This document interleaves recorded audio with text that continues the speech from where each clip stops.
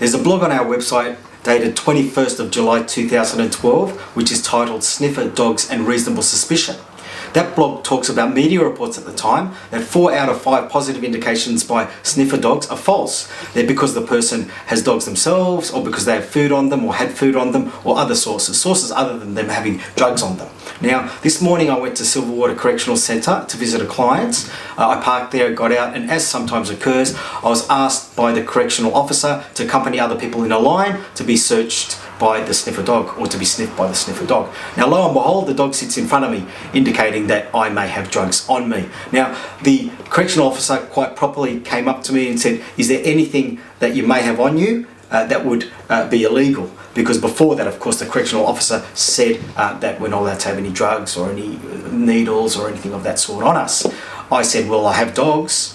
He said, "No, that would not give a positive indication," and I was taken out of the line. I was taken to the side and, of course, and quite properly asked to empty my pockets, which I did. I was then asked whether I'd consent to a search, and I wanted to go in and see my clients. I consented to the search.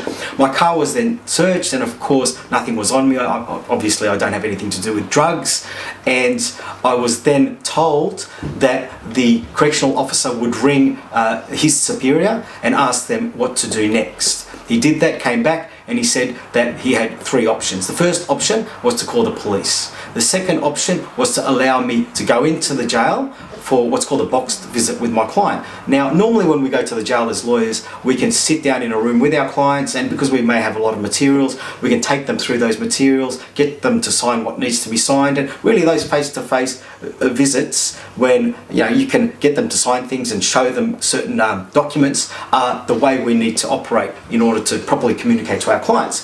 A boxed visit is a little bit different. There are 2 pieces of glass. Your client is on one side, you're on the other side, and it's quite hard to speak with them and to show them certain documents. Of course, it's difficult to get them to sign things and so on. Because it's a Saturday and the client's case is on Tuesday, I accepted the invitation for a boxed visit. I went in and saw my client. Unfortunately, we couldn't communicate properly and I had to leave. Now, this whole, I suppose, experience I think is very, very common, and I'd be interested to know if other people have gone through the same thing. Now, this experience has it reinforced my views that these drug sniffer dogs are not reliable. Their indications are not accurate, as was reported in the media.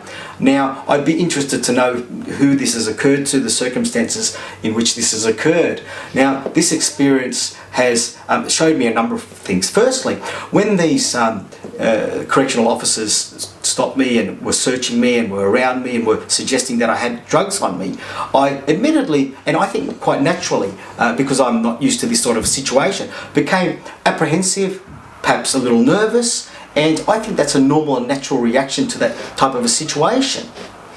Now, I was thinking, things were going through my mind. I was thinking, well, could someone have put something on me? May I have shaken the hands of someone that was using drugs? Or what's going on here? Could someone have left something in my car? Not that I know of anyone that I associate with on a personal level that has anything to do with drugs. But all of these things go through your mind. Now, the reason I'm saying this is that when my clients who are searched for drugs get the police fact sheet, it will quite often say that they were nervous when they were approached, and police will quite often use this as a reason to search them.